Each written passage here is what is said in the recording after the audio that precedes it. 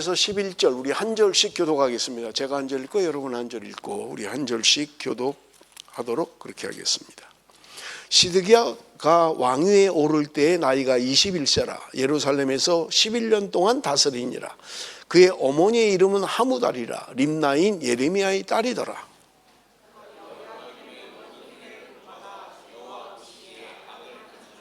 여호와께서 예루살렘과 유다에게 진노하심이 그들을 자기 앞에서 쫓아내시기까지 이르렀더라. 시드기야가 바벨론 왕을 배반하니라.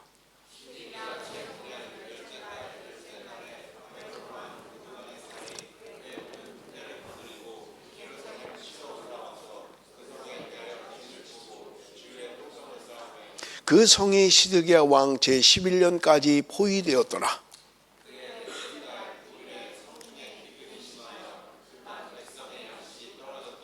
그 성벽이 파괴되며 모든 군사가 밤중에 그 성에서 나가 두 성벽 사이 왕의 동산 견문길로 도망하여 갈대아인들이 그 성읍을 에워쌌으므로 그들이 아라바 길로 가더니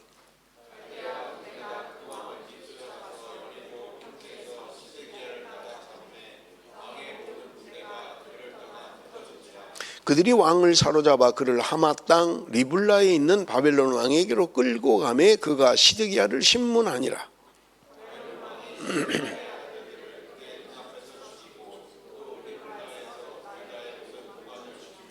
시드기야의 두 눈을 빼고 놋사슬로 그를 결박하여 바벨론 왕이 그를 바벨론으로 끌고 가서 그가 죽는 날까지 옥에 가두었더라. 아멘. 여러분 오늘 우리 예레미야 52장을 읽었습니다마는 우리 51장의 마지막 절인 64절을 우리 한번 같이 읽도록 하겠습니다. 51장 64절 다 같이 읽습니다. 시작.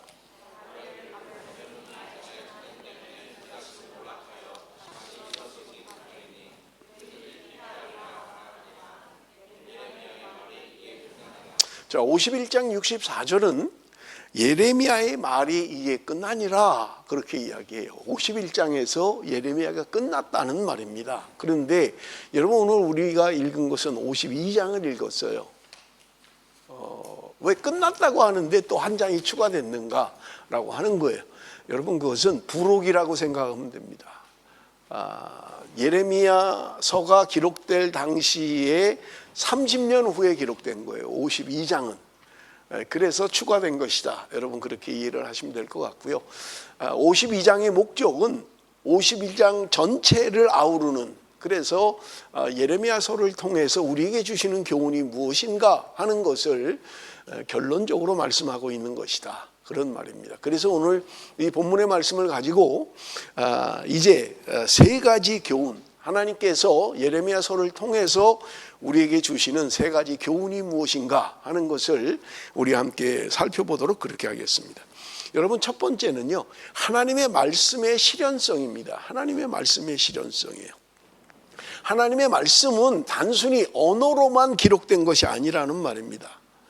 그런 것은 여러분 대단히 추상적일 수 있죠. 그런데 하나님의 말씀은 현실성이 있다는 게, 실현된다는 거예요. 반드시 실현된다고 이야기하고 있는 것을 우리는 볼 수 있습니다. 여러분 하나님의 말씀이 실현되지 않으면 그것은 거짓 예언이에요. 내가 예언을 했는데 그것이 이루어지지 않아요. 그것은 하나님의 말씀이 아니잖아요. 여러분 하나님의 말씀은 반드시 이 땅에서 성취된다라고 하는 것을 말씀하고 있는 것을 우리가 볼 수 있어요. 특징적인 건요, 예레미야 52장에 예레미야라는 사람의 이름이 기록되어 있지 않아요. 예레미야라는 사람이 나오지 않는다는 말이에요. 그럼에도 불구하고 이 예레미야서가 예레미야가 쓴 것임을 확실하게 보여주고 있는 것을 우리가 볼 수 있어요. 그래서 예레미야가 예언한 것들이 뭐예요? 원수가 북에서 쳐들어올 것이다. 그리고 그 원수는 바벨론이다. 그들이 예루살렘을 포위하고 멸망시킬 것이다. 시드기야 왕이 포로로 끌려갈 것이다 라고 하는 것들을 예언했던 것입니다. 이러한 말씀들이 실제로 이루어졌다는 말이에요. 그럼에도 불구하고 여러분 예레미야만이 하나님의 말씀을 증거했던 거예요. 여러분, 우리가 예레미야서를 2달 동안 함께 살폈습니다마는 거짓 선지자들이 얼마나 많았습니까? 예레미야는 망한다라고 예언했는데 망하지 않아. 평안을 예언한 사람도 있었고요. 70년 동안 포로 생활을 해야 된다라고 하는데 어떤 사람은 2년 만에 돌아올 거라고 이야기하는 사람도 있었다는 말입니다. 하나님의 심판이 우리 앞에 왔다라고 이야기하는데 그들은 평강하다, 괜찮다라고 이야기했다는 말입니다. 그러면서 예레미야를 핍박하고 감옥에 가두고 매질을 하고 조롱했던 거예요. 여러분, 왜 그렇습니까? 사람들은요, 듣기 좋은 말만 자꾸 들으려고 하는 경향이 있어요. 여러분, 우리가 그래요. 안 좋은 말을 자꾸 들으려고 하지 않고 좋은 말만 자꾸 들으려고 하는 거예요. 괜찮아, 잘하고 있는 거야, 그 정도면 괜찮지 뭐, 이런 말만 자꾸 들으려고 하는 거예요. 똑바로 살아야 돼, 안 돼, 바르게 살아야 돼, 말씀대로 살아야 돼, 이런 말 자꾸 듣고 싶지 않은 거예요. 그래서 이스라엘 백성들이 선지자에게 이야기한 게 뭐예요? 너는 하나님의 말씀 우리에게 전하지 말라는 거예요. 그냥 괜찮다, 평안하다, 축복이다, 잘 된다, 이 말만 하라는 거예요. 잘못 살면 심판받아, 잘못하면 망해, 이런 말 자꾸 하지 말라는 거예요. 여러분, 오늘 우리가 그렇지 않습니까? 그저 듣기 좋은 말만 자꾸 들으려고 하는 거예요. 잘 될 겁니다, 축복입니다, 평안합니다, 이런 말만 자꾸 들으려고 하는 것을 우리가 볼 수 있는 것입니다. 그런데 여러분, 52장을 매튜 헨리라고 하는 신학자가 한마디로 이렇게 이야기를 했어요. 예레미야 52장에는 하나님의 말씀의 진실성이 피 묻은 글씨로 기록되어 있다. 예레미야 52장에는 하나님의 말씀의 진실성이 피 묻은 글씨로 그렇게 기록되어 있는 게 52장이다. 그렇게 이야기하고 있는 것을 우리는 볼 수 있는 것입니다. 이스라엘 백성들은 그들이 멸망하고 바벨론 포로로 끌려가서야 그것을 깨달았던 거예요. 아, 예레미야가 한 말이 맞구나, 예레미야의 말씀이 진실이었구나 하는 것을 비로소 깨달았을 때는 이미 망한 때예요. 그들이 포로로 끌려간 때에 비로소 깨닫게 되었다는 말입니다. 여러분, 21세기를 살아가는 우리들에게 하나님의 말씀의 예언이 마지막 남아있는 것들이 있습니다. 그것이 무엇이에요? 예수님의 재림입니다. 2000년 전에 출임하셨던 주님은 승천하시면서 분명히 우리에게 말씀하셨어요. 다시 오실 것이라고 말씀하셨던 것입니다. 여러 번 말씀을 드렸습니다만 초림의 주님은 우리를 구원하시는 사랑의 주님으로 오셨어요. 그러나 여러분, 다시 오실 주님은 구원의 주로 오시는 게 아니에요. 다시 오실 주님은 심판의 주로 오신다고 분명히 말씀드렸던 것입니다. 아직 이루어지진 않은 하나님의 말씀, 이제까지 하나님의 말씀이 성취되지 않은 것이 없어요. 그런데 마지막 주님이 말씀하신 내가 다시 오마라고 하신 말씀은 아직 우리에게 유효하고 남아있다는 말입니다. 그렇기 때문에 여러분, 하나님이 수없이 이 땅을 이야기할 때 여러분, 첫 번째는요, 물로 심판을 하셨어요. 그리고 증거로, 다시 심판하지 않겠다는 증거로 무지개를 우리에게 보여주셨던 것입니다. 그러나 분명히 성경은 이야기하는 것이 마지막 심판이 남아있다고 우리에게 말씀하고 있는 것을 볼 수 있는 것입니다. 여러분, 성경은 우리에게 이야기합니다. 진노의 심판에서 피하라, 떠나라 라고 분명하게 말씀하고 있는 것입니다. 예수 그리스도를 주로 믿고 있는 하나님의 백성들에게 말씀하고 있는 거예요. 너희들은 떠나야만 한다, 도망가야만 한다 라고 말씀하고 있는 것을 우리는 볼 수 있어요. 여러분, 우리가 사복음서에도 기록되어져 있잖아요. 하나님의 심판 때에 가족 중에도 피할 사람이 있고 피하지 못하는 사람이 있다는 거예요. 둘이 밭을 갈다가 한 사람은 피할 것이고 한 사람은 피하지 못할 사람이 있다고 말씀하고 있는 것을 우리는 볼 수 있는 것입니다. 하나님의 말씀을 여러분 쉽게 듣지 마십시오. 하나님의 말씀은 반드시 이루어질 것이고요, 우리가 언제인지는 모르지만 하나님의 말씀은 반드시 성취될 것을 여러분 기억해야 된다는 말입니다. 여러분, 두 번째로요, 예레미야 52장을 통해서 우리에게 주시는 말씀은 하나님의 섭리인 것입니다. 여러분, 단어가 어렵죠. 여기 오늘 나와 있습니다만은 God's Providence라는 섭리라는 단어가 굉장히 어려워요. 그런데 이 섭리라는 말을 한마디로 하면 세상에서 일어나는 모든 일의 중심에는 하나님의 능력과 하나님의 뜻이 있다고 이야기하고 있는 것입니다. 여러분, 18세기, 19세기 일어난 사상 가운데 하나가 뭐냐면 이신론이라는 사상이에요. 이신론. 이 이신론자들은 생각하기를 뭐라고 했냐면 하나님이 이 만물을 창조하셨지만 그 다음에는 간섭하시지 않는다는 거예요. 그냥 자연 법칙대로 살게 하셨고 그냥 내비뒀다는 거예요.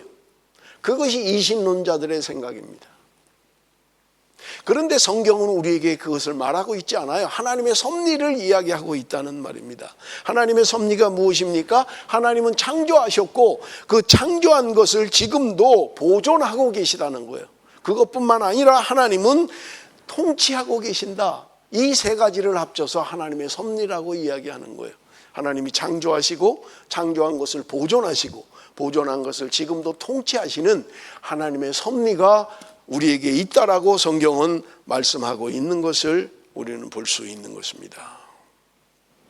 여러분, 사람들은요 그렇게 이야기를 해요. 이 예레미야 성경을 통해서 보니까 이스라엘 백성들이 왕이 될 때 너무 어리다는 거예요. 18살, 21살, 아주 어린 사람은 8살에 왕이 된 사람도 있어요. 그러니 그 나라가 어떻게 흥왕하겠냐는 거예요. 그런가 하면 이스라엘을 멸망시킨 아수르나 바벨론을 봐라. 그들은 강대한 왕권을 가지고 있고 강대한 군사력을 가지고 나라를 부흥시키지 않았느냐라고 하는 거예요. 어떤 면에서는 맞습니다. 힘이 센 자들이 강하고 그것을 유지하는지 모르겠어요. 그런데 그들이 한 가지 빠뜨리는 것이 있어요. 그건 뭐냐? 하나님의 뜻, 하나님의 섭리를 빠뜨리고 있는 거예요. 여러분, 우리 한번 3절을 보겠습니다. 3절에 그것이 남아 있습니다. 3절 말씀, 예레미야 52장 3절 다 같이 읽습니다. 시작.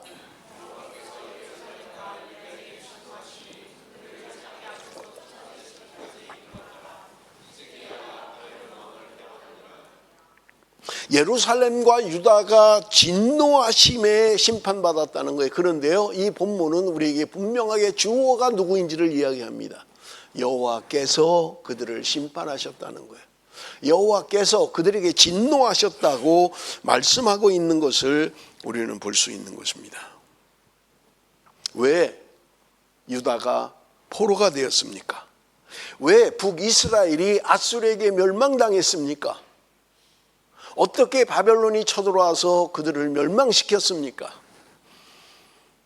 그것은요, 하나님의 섭리 가운데 있었다고 성경은 말씀하고 있는 거예요. 역사적인 현상의 배후에는 궁극적으로 하나님이 존재하고 있다고 말씀하고 있는 것을 우리는 볼 수 있는 것입니다. 여러분, 우리 개인에게도 마찬가지고요, 우리 가정에게도 마찬가지고요, 교회와 국가도 마찬가지라는 거예요. 하나님의 뜻이 있고 하나님의 섭리가 우리 가운데 존재한다는 말입니다. 여러분, 우리가 어떤 분들이 역사를 영어로 하면 history라고 그러잖아요. 그러니까 어떤 분이 그렇게 이야기를 해요. 역사는 his story, 그의 이야기라는 거예요. 하나님의 이야기가 역사다, 그렇게 이야기하는 거예요. 에베소서 1장 11절을 우리 한번 읽어봅니다. 에베소서 1장 11절 다 같이 읽습니다. 시작.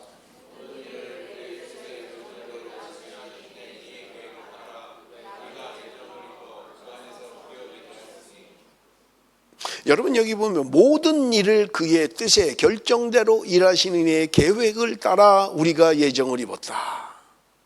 모든 것이 뜻을 결정하는 분이 있다는 거예요. 그리고 계획을 따라서 행하시는 분이 있다고 성경은 우리에게 분명하게 말씀하고 있는 것입니다. 그러나 여러분, 21세기를 살아가는 많은 현대인들이 하나님의 섭리를 배제하고 있는 것을 우리는 알고 있습니다. 하나님의 뜻이라는 걸 배제하는 거예요. 그래서 단순히 믿는 사람들도 종교 영역에만, 종교적인 영역에만 하나님의 섭리가 있다고 이야기를 하는 거예요. 그러니 주일날 나와서 예배드리는 것만 그것만 하나님의 뜻이라는 거예요. 내가 세상에 나가서 세상 일을 하고 6일 동안 하는 것은 하나님의 뜻이 아니다 라고 하는 사람들이 있다는 말입니다. 여러분, 그러나 분명한 것은 성경은 우리의 일거수일투족, 우리의 삶의 모든 것을 하나님이 통치하시고 보존하시고 간섭하시는 것을 여러분, 우리는 인정해야 된다는 말입니다. 여러분, 그것을 지금 예레미야 52장은 우리에게 보여주고 있는 것을 볼 수 있습니다. 하나님은 어디든지 누구든지 무엇을 하든지 모든 사건의 중심에는 하나님이 통치하고 다스리고 있다는 말입니다. 여러분, 예레미야라고 하는 사람은 우린 예레미야를 통해서 볼 때 그는 정치, 경제, 종교, 문화 모든 역사를 꿰뚫어 아는 사람이었어요. 그럼에도 불구하고 그는 하나님의 섭리, 하나님의 뜻을 앞세웠던 것을 우리는 볼 수 있는 것입니다. 다니엘서 4장 35절 우리 한번 같이 읽어봅니다. 다니엘서 4장 35절 나같이 읽습니다. 시작.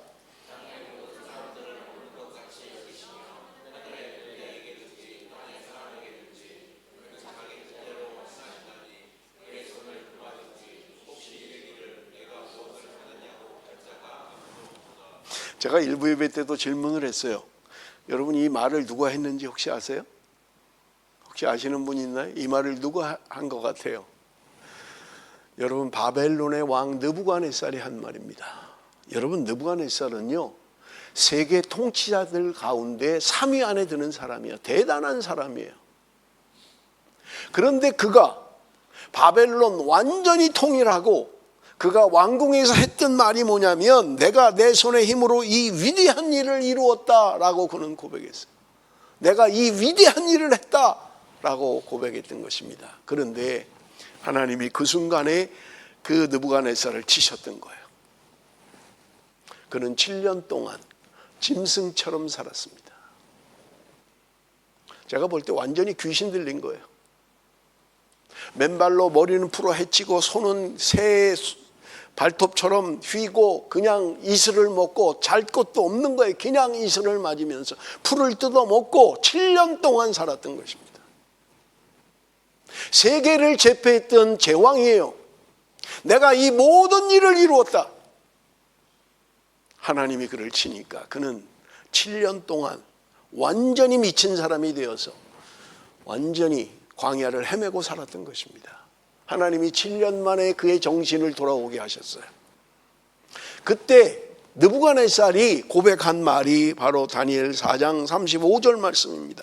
땅의 모든 사람들을 없는 것 같이 여기시며 하늘의 군대에든지 땅의 사람에게든지 그는 자기 뜻대로 행하시나니 그의 손을 금하든지 또 혹시 이르기를 내가 무엇을 하느냐고 할 자가 아무도 없도다. 무슨 말이에요? 하나님 뜻대로 행하신다는 거예요. 아니, 당신 왜 그렇게 하는 거야? 할 사람이 없다는 거예요.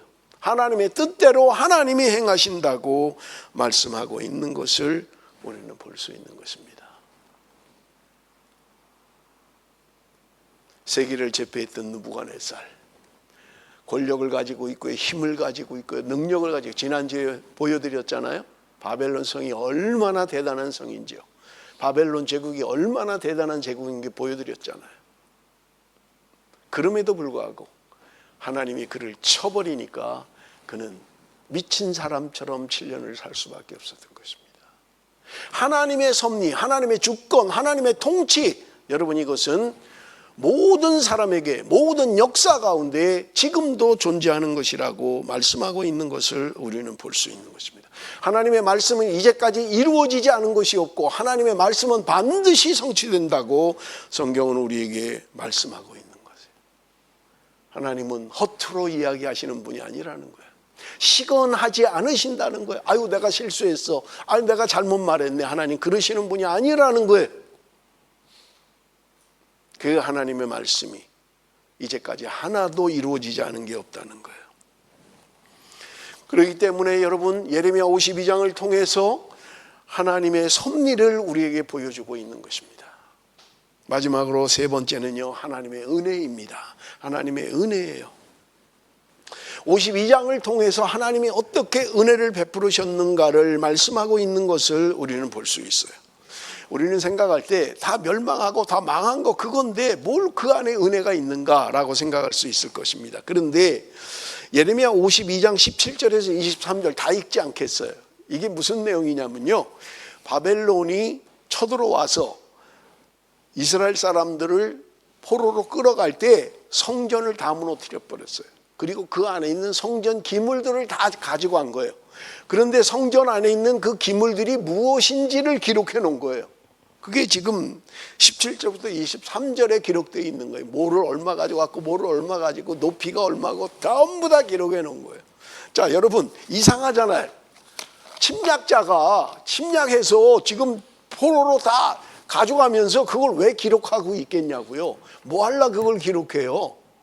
그런데 일일이 다 기록해 놨던 거예요. 무엇 때문에요? 하나님의 뜻이 있는 거예요. 여러분 우리 성경을 한번 봅니다. 예레미야 27장 22절 우리 한번 다 같이 읽습니다. 22절 띄워주세요. 다 같이 읽습니다. 시작.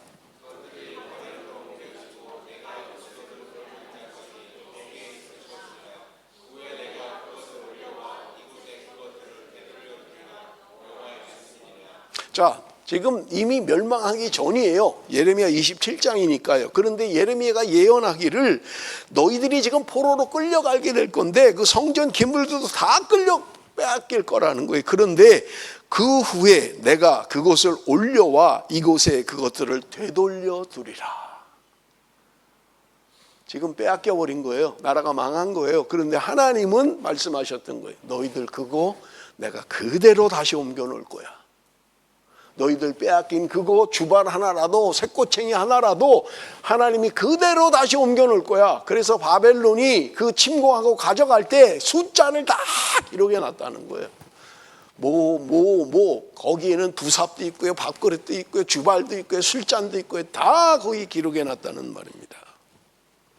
하나님이 언젠가 그것을 돌이키시겠다고 말씀하고 있는 것을 우리는 볼 수 있는 것입니다. 여러분 우리는 잘 압니다. 블레셋 사람들이 이스라엘을 침공하고 하나님의 법궤를 빼앗아 갔어요.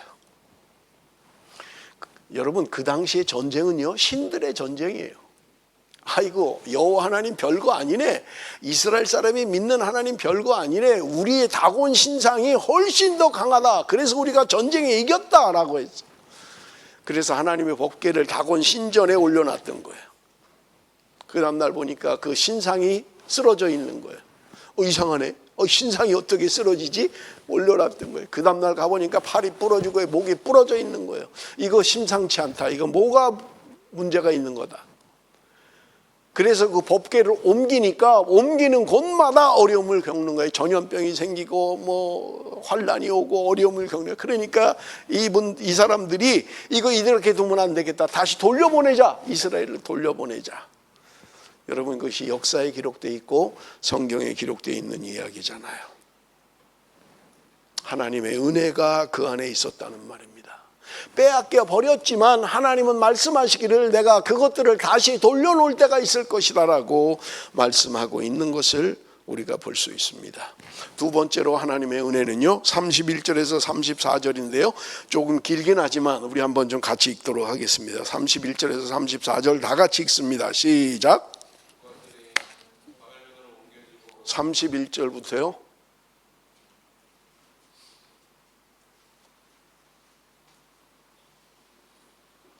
일부 예배 때는 있었는데,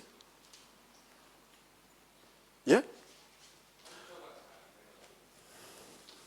제가 읽겠습니다. 컴퓨터가 잘 안 된답니다 지금.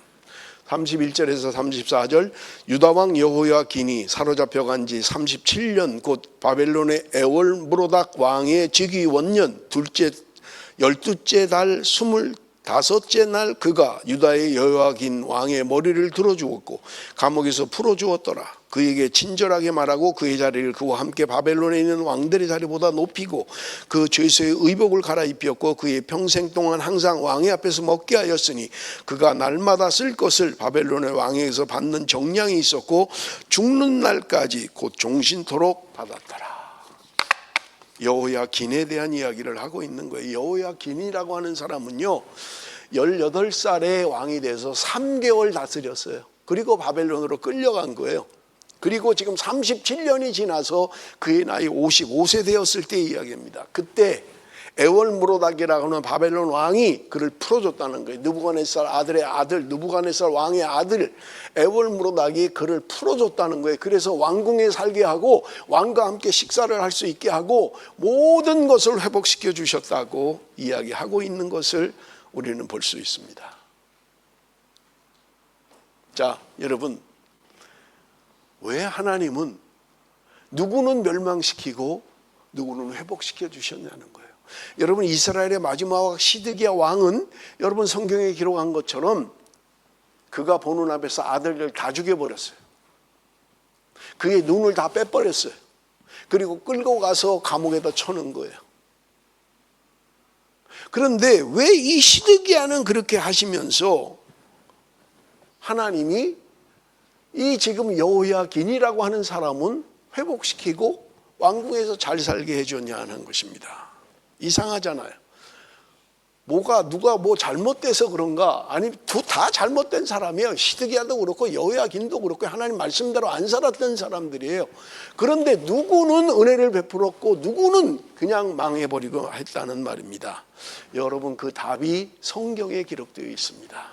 우리 성경을 한번 봅니다. 마태복음 1장 12절에서 16절 한번 보겠습니다. 바벨론으로 사로잡혀간 후에 여고냐는 스알디엘을 낳고 스알디엘은 수룹바벨을 낳고 수룹바벨은 아비웃을 낳고 아비웃은 엘리야김을 낳고 엘리야김은 아소르를 낳고 아소르는 사독을 낳고 사독은 아킴을 낳고 아킴은 엘리웃을 낳고 엘리웃은 엘라사를 낳고 엘라사는 mat단을 낳고 mat단은 야곱을 낳고 마지막 16절 같이 읽습니다. 시작.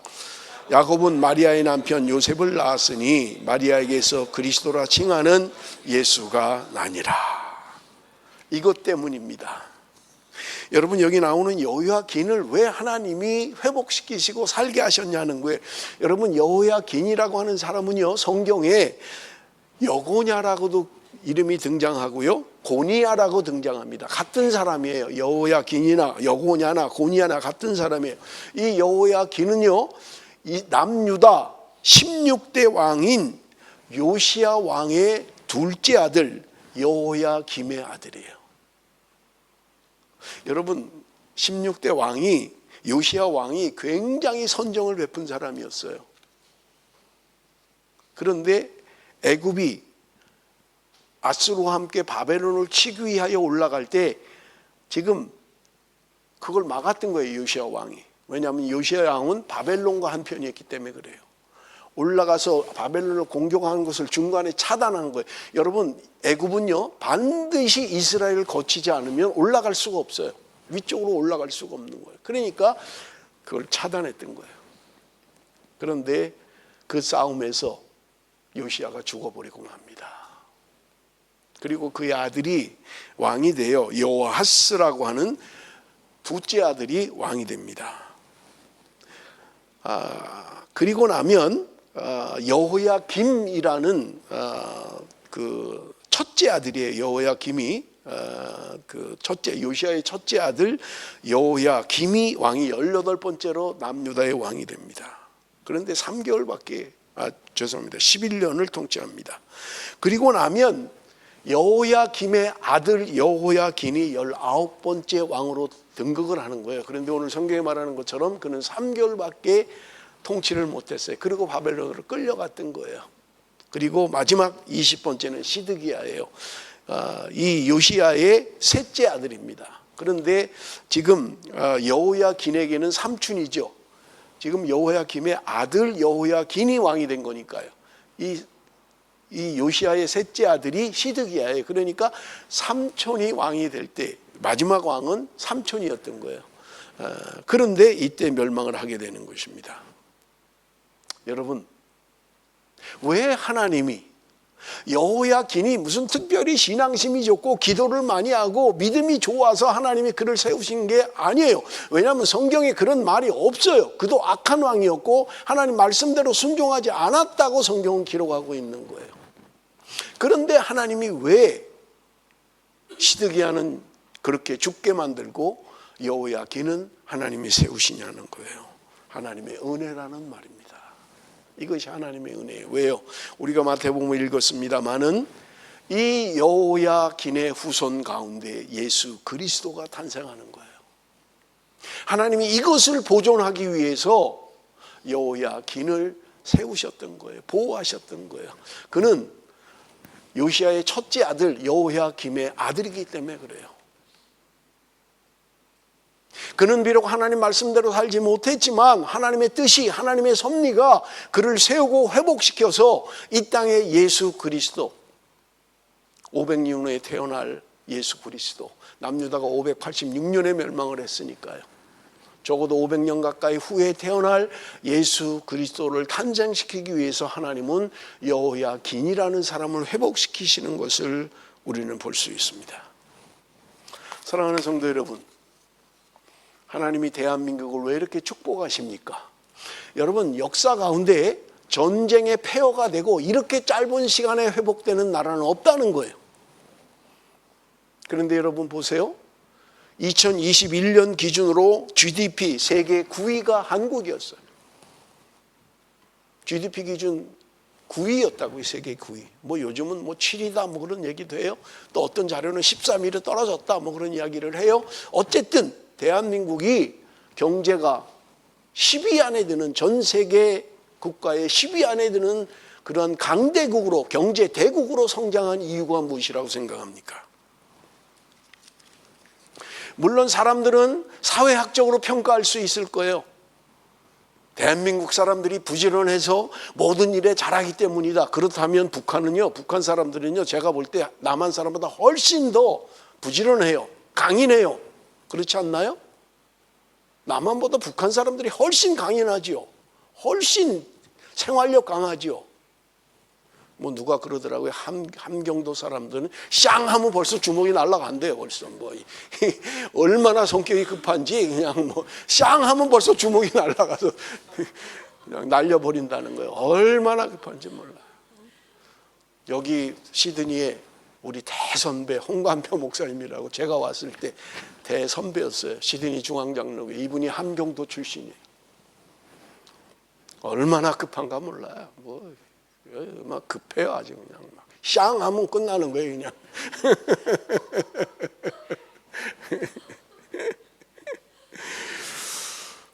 여러분, 왜 하나님이 대한민국을 축복하셨을까요? 뭐 사회학적으로는 여러 가지 평가를 할지 모르겠어요. 그러나 저는 분명하게 영적인 이유가 있다고 생각합니다. 하나님은 오늘 대한민국을 이렇게 축복하신 이유 가운데는 하나님이 대한민국을 복음 전도의 도구로 사용하기를 원하시는 거예요. 지금요, 전 세계 선교사 파송 2위가 대한민국이에요. 1위는 미국이에요. 그런데 인구적으로 볼 때 미국은요, 워낙 많아요. 우리는 거기에 비하면 인구수가 잽이 안 돼요. 그런데 인구는 적은데 선교사 파송은 2위라고요. 미국과 맞먹는 2위, 물론 뭐 많이 부족하긴 하지만 전 세계 2위의 선교사를 파송하고 있다고요. 여러분, 선교사를 파송하는 건요, 그냥 입으로 되는 게 아니에요. 말로 되는 게 아니라고요. 선교사 하나를 파송하려면요, 얼마나 돈도 많이 들고요. 그들이 가면요, 1차 우리 교단도 마찬가지예요. 선교사가 파송되면 1년 동안은 무조건 언어 교육을 해야 돼요. 그 땅 언어를 알아야 전도를 하니까, 선교를 하니까. 무조건 1년 동안은 아무 일도 안 하고 공부만 하는 거예요. 공부만. 그거 자기 돈으로 하나요? 후원교회가 후원하고 교단이 후원하고 해서 1년 동안 그 애들 공부시켜야죠. 먹고 살아야죠. 그거 다 돈으로 하는 거예요, 사실은. 그러니까 경제 대국이 선교사를 보내는 거예요. 그런데 대한민국이 지금 세계 2위로 선교사를 많이 파송하고 있고요. 전 세계 2만 7천 명의 선교사가 지금 복음을 위하여 나가 있다고요.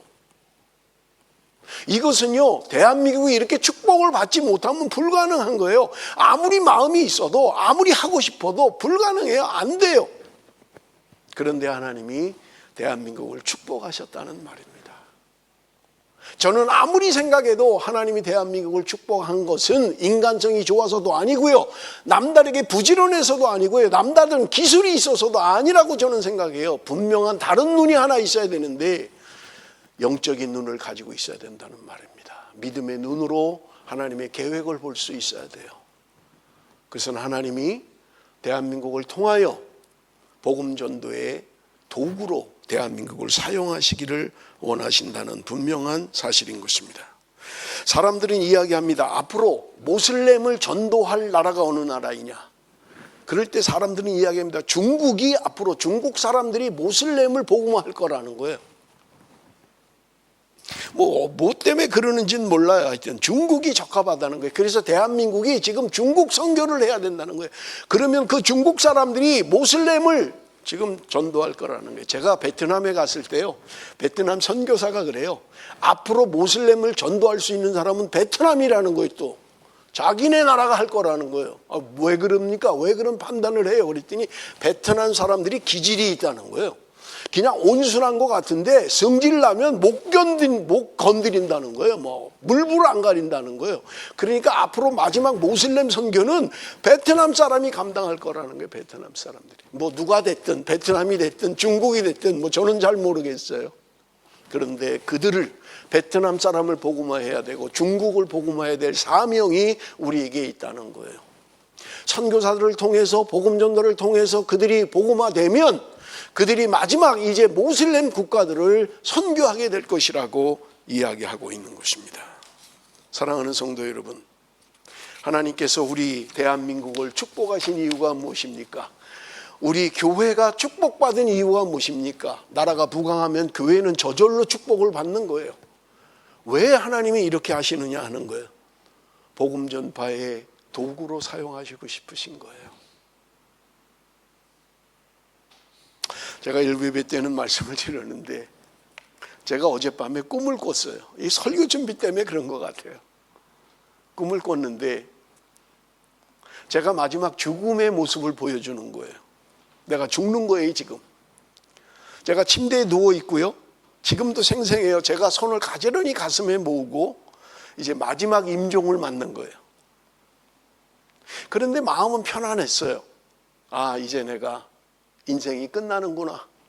내가 이제 주님 앞에 가는구나. 숨 쉬는 게 힘들더라고요. 그런데 내가 그 마지막 순간에 한 가지 못한 게 기억이 나는 거예요. 너는 얼마나 전도했냐? 얼마나 생명을 구원했냐? 너는 얼마나 많은 사람들에게 복음을 전했느냐? 이거에 대한 답이 제가 자신이 없는 거예요. 그러면서 하나님 앞에 그 마지막 임종의 순간에 제가 기도를 했어요. 하나님, 한 번만 제 생명을 좀 연장시켜 주십시오. 그러면 내가 남은 인생은 정말 복음을 위해서, 전도를 위해서 제가 헌신하겠습니다. 그리고 다시 오겠습니다. 주님, 마지막 한 번만 살려주십시오. 나는 이대로 죽을 수 없습니다. 한 번만 기회를 주시면 제가 남은 인생은 복음을 위해서 살겠습니다. 물론 꿈 얘기를 하는 거예요. 그런데 왜 이럴 때 꿈을 꾸냐고요. 저는 꿈을 통해서 하나님이 분명히 주시는 메시지가 있다고 생각합니다. 복음 전도에 열심으로 살아라. 네가 언젠가 주님 앞에 설 때 내놓을 수 있는 열매가 무엇이냐? 그것은 내가 전도한 사람들, 그들이 나의 증인이 될 거라는 거예요. 내가 저 사람 때문에 예수를 믿었습니다. 내가 저 사람 때문에 복음을 받아들였습니다. 내가 저 교회 때문에 살았습니다.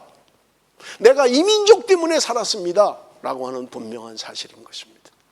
사랑하는 성도 여러분, 여러분 아직 부족하다고 생각할 거고요. 아직도 문제가 있다고 생각할 거예요. 어려움이 있다고 생각할 것입니다. 그러나 여러분, 하나님이 우리의 가정을, 우리의 나를 이곳에 보내주셔서 축복하신 이유가 무엇일까요?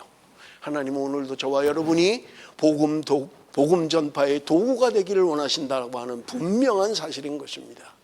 그래서 성경은 우리에게 말씀합니다. 때를 얻든지 못 얻든지 복음을 전파하라고 우리에게 말씀하고 있는 거예요.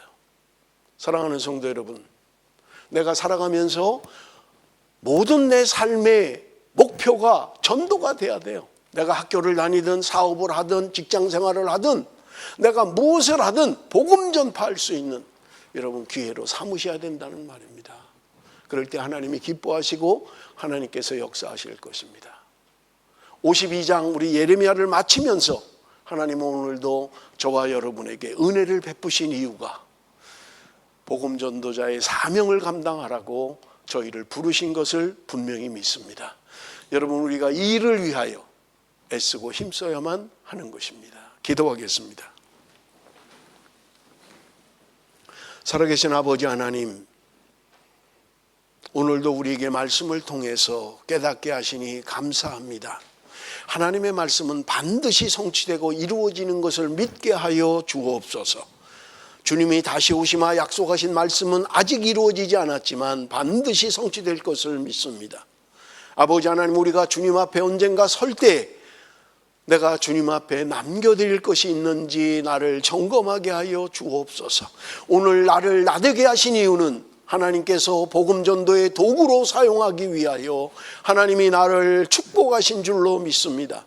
아버지 하나님, 잊지 않게 하여 주시고 내가 때를 얻든지 못 얻든지 복음 전파의 사명을 감당하는 하나님의 백성들이 되게 하여 주옵소서. 예수님의 이름으로 기도드리옵나이다. 아멘.